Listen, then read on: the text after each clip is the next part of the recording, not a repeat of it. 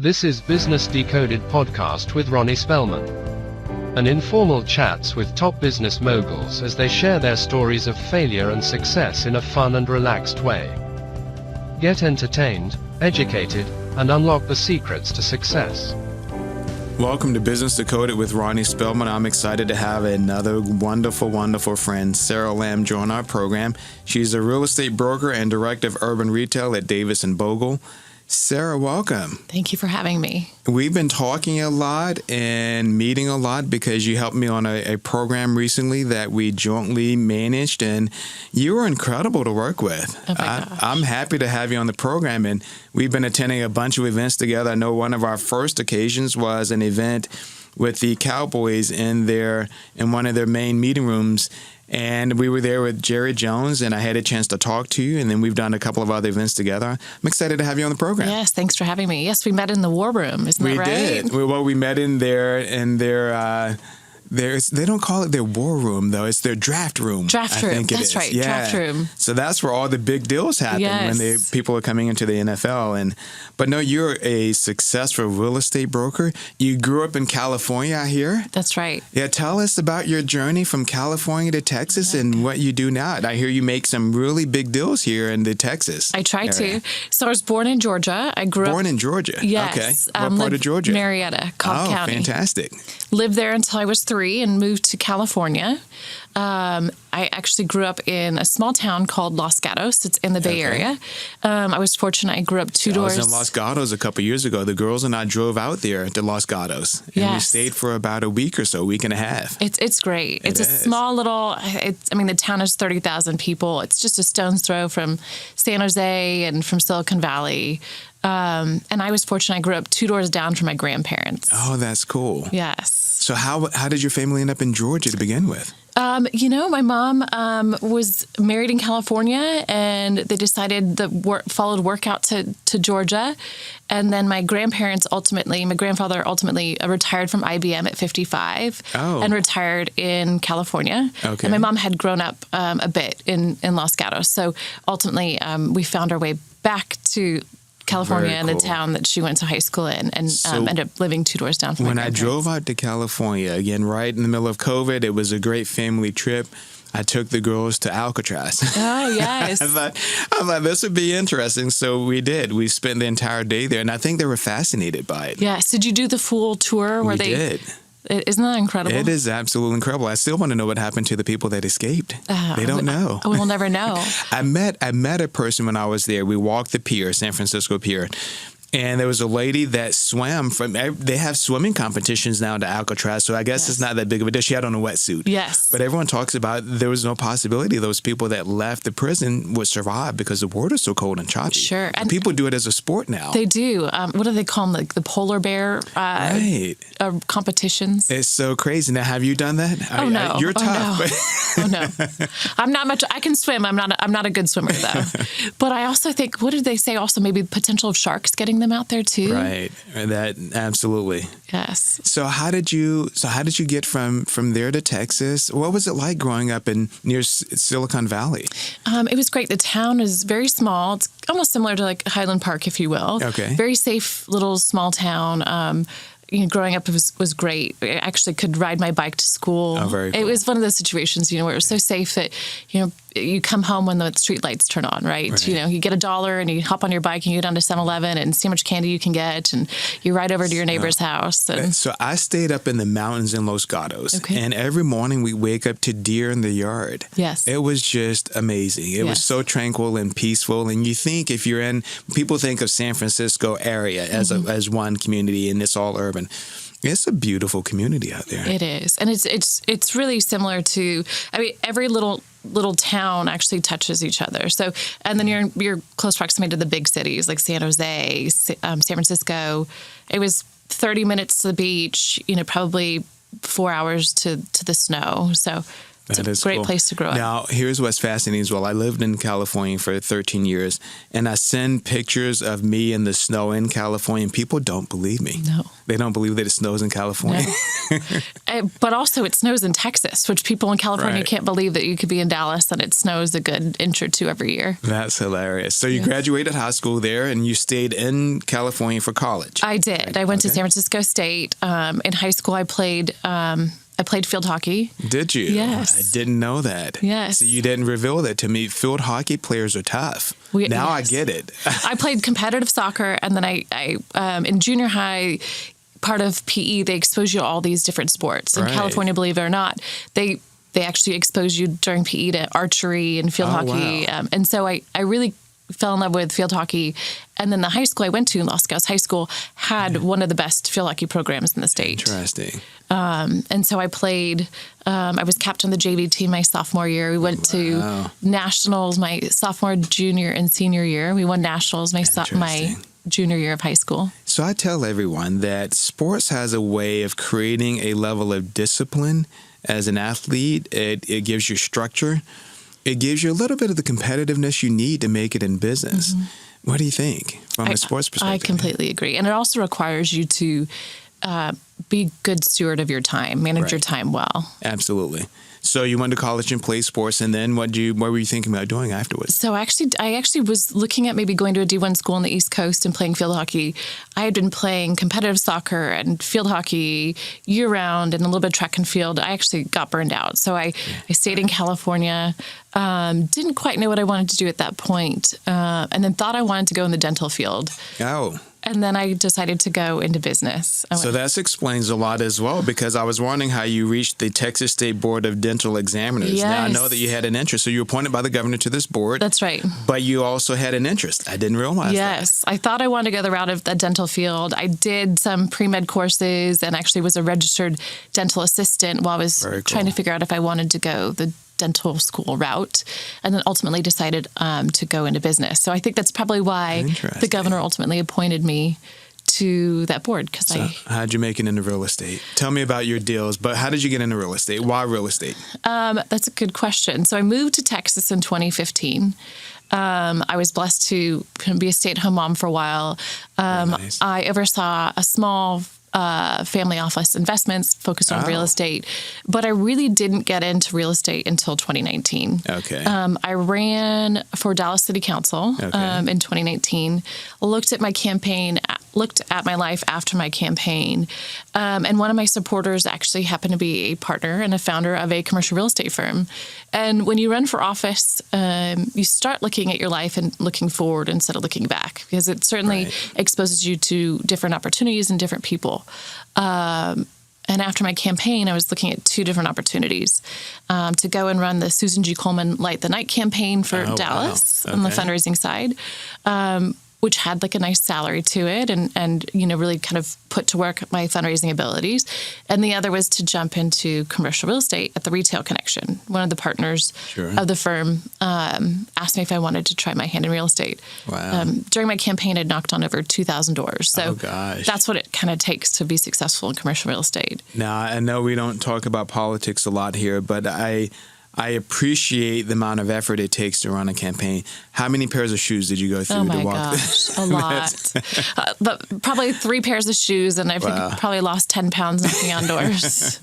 And that was a nonpartisan race. Dallas City Council is nonpartisan, but it certainly, really allowed me to get to know the neighbors, what was important in the community, and really get as a Californian moving to Texas, really allowed me to get even more invested in Texas and my neighborhood.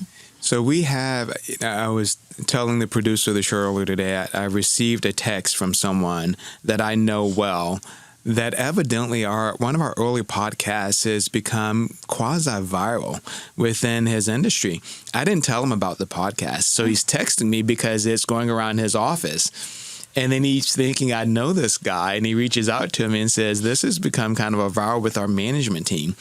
But for the listener that's checking into our program and they want to learn about real estate, Sure. what would you tell them? Like, what is it that you do? How do you do it? How do you find deals, create deals? Walk us through what it's like being a commercial realtor. Sure. Well, it's interesting. So the license to actually practice real estate in the state of Texas is the same test and license that you get if you're doing residential and commercial. Okay. And so commercial definitely is a labor of love. Sure. The deals tend to be bigger. They tend to take a little bit longer. But also there is not a magic kind of portal where you have industry knowledge. It's not like you don't have MLS where like on the residential side. Sure. So you really have to be a steward of knowledge and a trade area and of your craft. So you really have to know what real estate trades for. You have to know who to call to get comps, to understand what the value of real estate is. Right. You really have to know who's buying real estate, who's developing real estate. And a lot of it is just based on relationships and having a vision for what something can be. It's when you go into a residential home, oftentimes it's staged, so you kind of see the best case scenario of what this house is. So the buyer doesn't really have to imagine what it can be because it is already what it is, right? On the commercial side, a lot of times you'll get a piece of land, and then maybe it's an emerging market. And as somebody that's selling that land, you really have to kind of understand what the best and highest use can be. And that means, how can this be developed? What does this make sense in the neighborhood? What is the likelihood that a project can get done? Right. And what sort of income can be generated as a final product. That's so interesting. It's definitely an interesting market. I had a conversation yesterday. There's a project that I'm working on. It's 500 and something acres, a big complex. And I was looking to get a hotel partner involved. So I'm having a conversation with this hotel developer, and I send him the appraisal on the property. And it's interesting when you get into negotiation conversations, and he says, Ronnie, we don't care anything about that appraisal. It's true. And it is true. It means absolutely nothing to us, which I get. But it gives kind of a baseline to help understand from our perspective what we think the value, long-term value is. But it was interesting. He kind of shot it down, which was okay. Yeah. But it's the beginning of a conversation. So I'm sure you've seen those conversations, and you're trying to figure out, like you mentioned, the comp. So you tell the listener what a comp is, first of all. So it's just kind of an idea of what something trades for that's a like product. So there is not a database that is, sometimes you can look at DCAD, which is the Dallas County Appraisal District, for evaluation of a property. But a comp is just a comparable of what a similar type of product is sold for. And it varies. If it's just a piece of land, your comp is going to be a similar piece of land in that area, and that might be price per square foot. If it's an improved building or improved piece of land, which is a piece of land that has a building on it, that's vacant, maybe you factor in the improvement cost and the land value. And then there's also the factor of if there's land and improvement and then it's generating income. Sure. All of those factors kind of play into what a value of a piece of land can be. Now, do you have a specific specialty that you focus on? I do. I'm on the retail side of commercial real estate. So retail is anything that touches kind of the consumer, right? So it could be grocery stores, it could be restaurants, it could be your hair salon, it could be what we call mixed use centers, which is a multifamily development paired with retail, or maybe retail and office. Right. So what's been the most fun deal you've worked on? Oh, that's a good question. So pretty early on my business, I got in the business in 2019. And 7 months later, the world shut down. We entered COVID. I was going to ask you about that transition. You got in. I worked in real estate development back during the housing crisis. I was in residential development. And oh my gosh, I feel like I received a PhD in trying to figure out how to be creative to keep the business moving. So I suspect it was very similar for you, especially being on the retail commercial side. Yes. Well, it's just interesting, too, because if you come into the commercial real estate space, it's hard enough, but coming in when the world is shut down and you're working extra hard to get deals done and try to keep deals alive, then when you come out the other side, you kind of breathe and you're like, well, maybe this isn't supposed to be that hard. You worked really hard, and like as difficult as it could be while you're kind of building your craft. But retail actually did exceptionally well.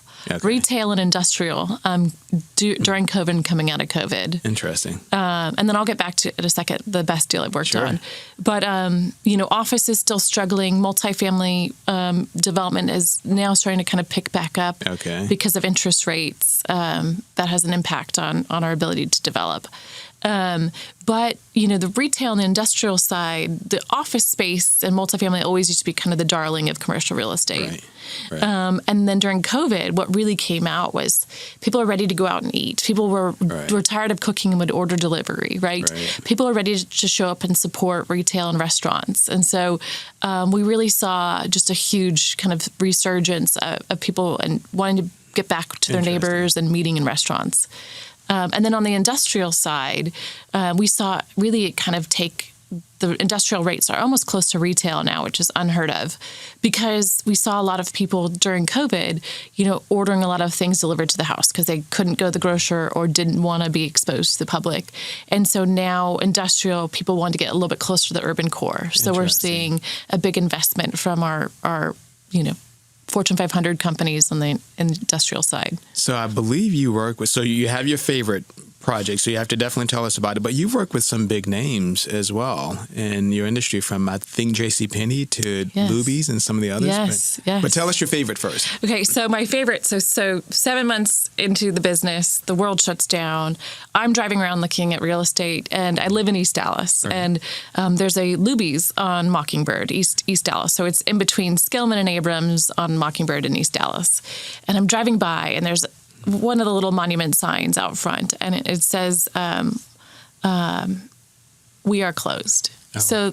So I got the phone number and I called Luby's corporate, and I said, "Well, would you like to sell?" And they said, "Well, we'd love to sell, but we don't own it."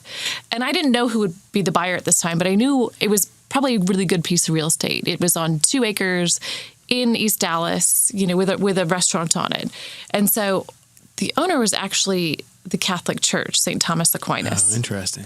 And so I actually am a parishioner there. And so I reached out and I asked, would you like to sell? And this woman she's like, we're getting inundated with calls. We don't want to do anything with it yet. We don't know what we want to do. And I said, okay. I said, well, can I put together a proposal for you of all the possibilities that maybe may exist for your now vacant building, from just doing like a percentage rent lease to selling, or and everything in between. That way kind of what the possibilities are of your real estate. And so I put together this proposal, and I got in front of the finance board for the parish, and I presented kind of the options. I said, at minimum, you don't have to do anything, but let me take the calls. Let me take that off of your shoulders. Interesting. And so they waited for about 4 months, and I would call them once a week. What do you think about, signing that listing agreement? And finally they agreed. Wow. And so I approached them in July of 2020. I got the listing November of 2020. Wow. And then we ended up getting several offers. We had 10 offers to purchase. Oh gosh. And so I sat down with the parish, and we didn't pick the highest offer. We picked the offer from a restaurant group that we felt would be the best steward of the church, of the community, and the property. And so we agreed to a letter of intent. So we agreed to all the business terms, and we went to contract. But that took a whole year to actually execute and get under contract. Wow. Because the Catholic Church has something called canon goods, and these are the goods that belong to the parish. And when canon goods are valued over $3.5 million, it triggers a very unique process. Okay. And final approval of what they call alienation of canon goods, or the sale of canon goods, has to get approved at the Vatican in Rome. Yeah. So this property was finally approved to sell. That is incredible. All the way in Vatican City. So what's fascinating to me, and that's the whole premise of this program, is how do you help people learn your craft? And what I find amazing in what you did is you were driving around, you saw this building, you decided to call. Now, I guess someone who might be a little assertive would think about it, but a lot of people don't think that they can just kind of call up this place and get in the door. It's so hard to get through the first telephone screeners and everyone else to find the right person. How did you figure that out? Like, that sounds like something that you might naturally do well, but a lot of people struggle with it. Yeah, it's hard. I mean, that's what you have to have to succeed in this business, because people don't just call you and say, hey, will you list my property? Right. You're constantly having to kind of build up a pipeline, look for your relationships, look for interesting property, and just have a different vision for what can be done on that property. So, it's not easy, but I think once you really start understanding the business, understanding what we call a trade area, and that might just be East Dallas. And then you become kind of an expert in that area. It's easier to pick up the phone and say, look, you have this piece of property. I sold this over here. Or I've done a lease over here.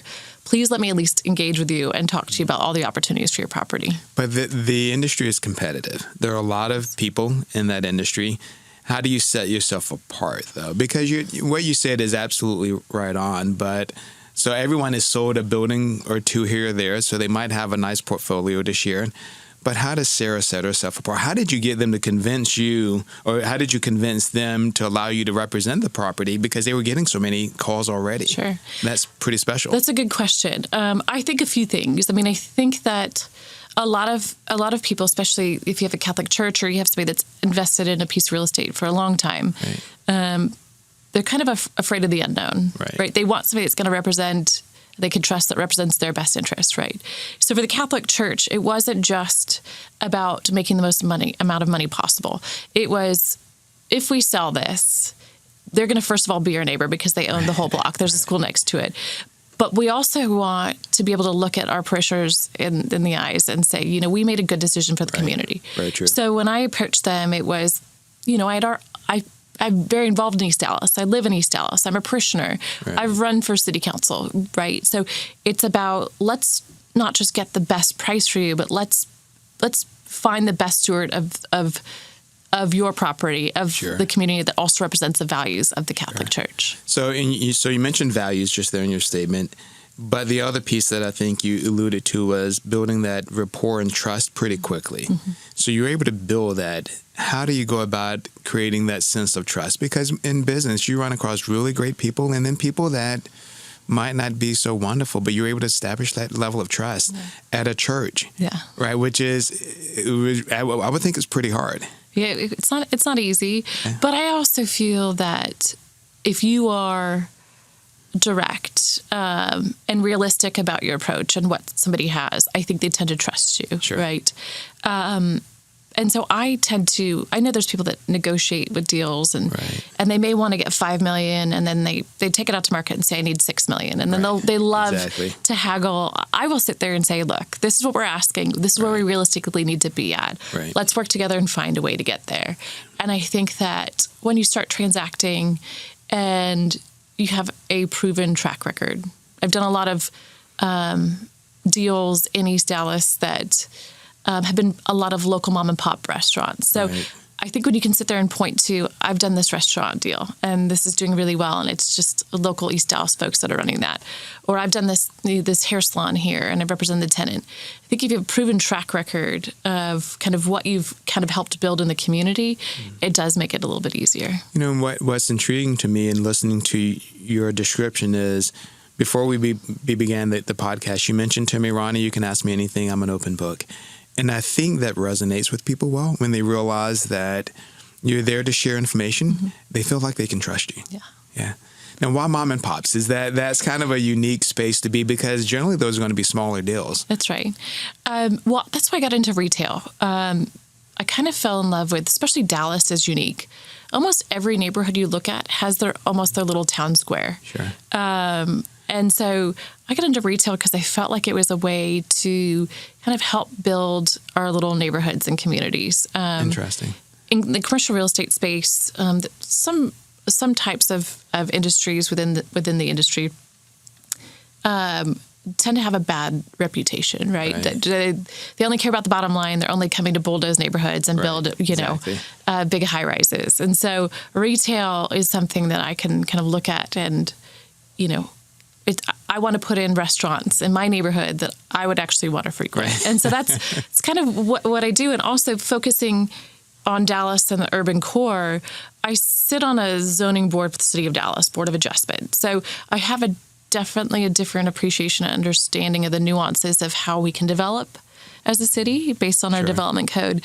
So I think also kind of looking at bringing that to the table when working with a client or a landlord is just a different level of service that I'm able to provide. You know, it's fascinating to me. So we have a lot of large companies in the country and around the world, great organizations, great people working for those organizations. But we have so many small businesses. In Texas alone, we have over 3 million small businesses. And they're really the lifeblood of these communities. So the fact that you're working in that realm is just really special. And you're right. Sometimes those small businesses and the communities think people are coming in to disrupt their community. And there's some wonderful businesses there. And it sounds like you get to know a lot of those businesses. Yeah. It's great. I mean, it's when you're leasing a space, a restaurant space, you potentially could be taking that space off the market or committing to that one use or tenant for sometimes 50 years. Right. Because sometimes you'll do a lease and it'll be a 25-year, what we call a primary term, which is just the fixed initial term. And then a lot of them will have, options to extend where it's at the right of the tenant under certain terms. And so I feel like there's a lot of importance in terms of picking the right tenant to go in the right space because you're changing basically, a half century on some of these spaces, the real estate and how that neighborhood is viewed and kind of the direction which that community is kind of built around. That's an interesting premise. So 50 years is what you're seeing for a lot of those small businesses if they come in and invest in the community and do well. Sometimes. Yeah, I know. I managed the real estate portion for a couple of different companies. I built out a few corporate offices. And a lot of the leases, they were a little more short-term. These were corporate offices, maybe a manufacturing office in one location, but they were 7 to 10 years for the most part, with a few options, of course, to have those renewed. But 50 years is a major commitment. There's some of them. I mean, I'm doing what's called a ground lease in kind of near the hospital district with a car wash group. And it's a very industrial area, well-traveled. But the primary term on a ground lease, and a ground lease is where the tenant leases the land from the landlord, and then they build their improvement or their structure on the property. And so their primary term is 25 years. Wow. And then they have, I think they have 5 5-year options. Wow. And so you couple that, they potentially could tie up the land for 50 years. That's so, cool. I have to work with my landlord and we have to look at each other and say, I mean, where do we see this? We're probably not going to be around then. Where do we see this area in 50 years? Is this the best and highest use? We have to get comfortable with it. So I don't always work with mom and pops, but there's some areas where that makes sense. But on others, I'll do a restaurant and it'll be a 10, 15-year primary term. And then they have 4 or 5-year options. So that restaurant could potentially be, that mom and pop be there for 35 years. That's amazing. So how did you learn the business? You came in 2019. Did you have a mentor who helped to guide you into the real estate market? I did. I started at the Retail Connection. I did have some developers I worked with. A lot of it was, putting me on some projects in the suburbs, getting to kind of know those markets. But a lot of it was just really driving around kind of understanding who owned what, really looking at some of the big retail shopping centers, from like North Park to shops at Park Lane and kind of understanding who the big owners were and developers. And that's really how you start to get to know the market and who's paying. I would then have to go find out who are the quote unquote anchor tenants there and what are they paying in rent. And so that's really kind of how I started off learning the market. That's amazing. And so what's next for you professionally? Do you have any upcoming big deals that you can kind of give us a glimpse on, or what are you looking to do next? So I recently moved over to Davis and Bogle. Okay. I moved there in March. We're a boutique land firm. They have a suburban side and an urban team. I'm actually the only female broker there. So I was brought on to focus on retail. I'm the only retail broker. You're the only retail broker. Oh, interesting. Okay. So they do a lot of development and work with like Hillwood and Centurion in the suburbs, and they do a lot of multifamily stuff here in the urban core. Interesting. Okay. But there's a lot of mixed-use projects and a lot of landowners that want to buy land and need somebody to solve for the retail, and they just didn't have that. Okay. And so they brought me on. I have a great project in Melissa, Texas, which is just north of McKinney, on 121. It's actually really exciting. I love working with developers or landlords that that see a bigger vision than what is just lining their pockets. Right. So I have 22 acres there. Wow. It's a mixed-use development project, which means you have an office component, you have a multifamily, and you have retail. And it's really special because the developer doesn't want to, what we say, pad it out. They don't want to just put a McDonald's, a Chick-fil-A, a Starbucks, and then just some mediocre apartments. They kind of see it as like the town square and helping develop kind of this new little town. And so it's a pretty incredible project to be a part of. That's neat. So what made them take a gamble on creating a retail operation then? It's the best piece of real estate in Melissa. A Kroger is being developed across the street. Okay. They've owned it for about 8 years, and they've just been patient. They were actually bought it from Hillwood a while back. Okay. And they live in McKinney, and they kind of see kind of the growth, and they want to do something special, almost like a Waters Creek, but for some of these kind of growing communities. But for Davis and Bogle, you said you're the only retail person. That's right. So they expanded beyond their other commercial work. Mm-hmm. What made them decide to create a retail operation? That's a good question. So I think just to add a bit of value and extra level of service to their clients. Okay, that's pretty neat. And they centered it around you, though, so it sounds like they created it just for you. That's right. And it's sort of mine to kind of run with and build. So it is interesting. That's impressive. It must mean they value a lot of what you're doing. On the retail side, are you seeing, I know COVID has changed a lot in retail. We've discussed people wanting to get out of the house. A lot of people still believe that Amazon is changing so much with the retail footprint. Are you finding from what you're seeing that people are actually going out and shopping still, or are they staying at home post-COVID and shopping? That is a good question. It depends on the product type. Okay. I think we're seeing like the CVS's and the Walgreens struggle. We're seeing like the Big Lots struggle. Right. Stuff that... Big Lots is on the verge of not making it. That's right. I heard this morning that they're looking at potentially filing for bankruptcy. So those where...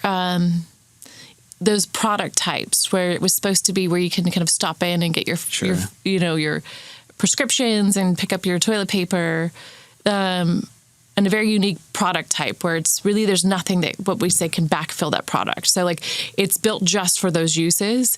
We're seeing those struggle because the consumer would much rather just order through Costco delivery or Amazon, those things that they normally would just stop at CVS or Walgreens for, and they can get their prescriptions online.